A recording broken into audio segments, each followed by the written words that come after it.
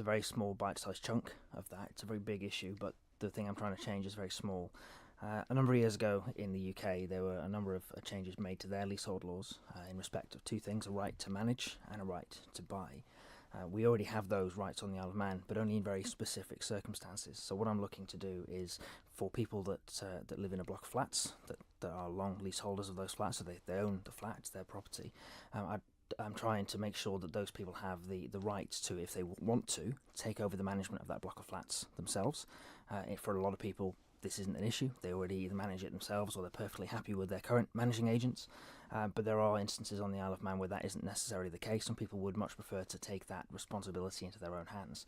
So the change that I'm proposing really is to give the same level of rights that they would have if they were in the UK. Just actually, we'd like to manage our own block of flats ourselves in conjunction with the landlord, not just them themselves. Now, this would only obviously apply to people that own their own flats, not short-term renters, not short-term tenants. It is only about people that have what's known as a long leasehold. So it's about buying your own home, about being able to manage your own home. That's really what this is about.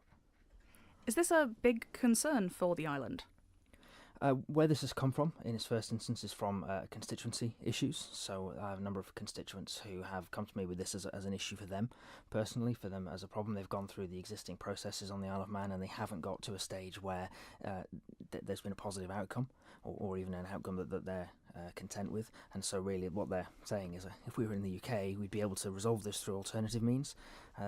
Part of the problem we have on the island is the current approach. If you do want to take over that management process, it's quite adversarial because you have to be able to prove that the people doing it at the moment have let you down, they're charging you too much, they're not providing you with the right service. There's a number of conditions there, qualifying conditions, and that means that inevitably you end up in this us and them kind of relationship. Whereas if you had the statutory process that I'm proposing, it actually makes it a bit more, well, actually we're in this together. You know, everyone in that property, the freeholder, the leaseholders, they've all got an interest in making sure that property is well maintained and well looked after. So why not have a more collaborative approach to this rather than that adversarial approach that we currently have? This is something that you're bringing as a private member's bill. Do you think this is something that the government should have looked at? I think the short answer to that is yes. But like I said, when we started, leasehold reform is a very, very big issue. And I'm not sure that it is at the top of the government's agenda. I'm not sure that it should be either. And that's why I'm trying to take a small bite-sized approach to this, because I've already engaged with the Department for Infrastructure, talked to the minister down there about this, and as far as I'm aware, that they are looking at these kind of reforms in the round. So as part of their bigger piece of work around island housing and the housing strategy on the Isle of Man, I think they are going to have to look at all these issues, and I think they will be finding more permanent solutions, possibly more radical solutions. I don't know what's on the cards. So all this work is going on, and I think when it comes to looking at how we treat property and ownership on the Isle of Man, all of that is part of that piece of work.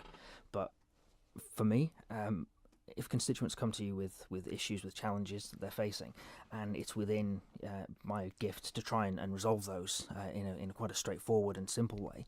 This bill I'm proposing, I think at the moment I've drafted something that has around 10 clauses, so it's only a 3-page bill. It's very, very small. And so if you've got constituents with issues and you think actually I can help resolve those issues by bringing in a very simple, very focused, very discrete piece of legislation, then surely that's the right way of going about it. You have asked some questions quite recently about housing strategy on the island, and we spoke at the Ramsey Marina meeting the other night, and you talked about the locate strategy and bringing more people to the island. Is housing generally a big issue on the island? Is it something that we need to be looking at closer? Well, I think housing is fundamental. Really, everyone needs a place to live, and whether they're born here, whether they're moving here, whether they're moving out of their family home, whether they're trying to downsize, whether they're trying to find somewhere bigger so they can grow their family, housing is at the core of a lot of what we do as people. And so housing is a challenge. We all know that. There's quite long waiting lists for public sector housing. We know there are challenges in some parts of the private sector finding affordable properties for some people. So it is a big question, and I was really reassured when Minister Harmer said he'd be bringing back a full housing strategy to Tynwald later in the year. It really makes me think they are looking at that kind of big picture, strategic overlook of what's going on and where we might be.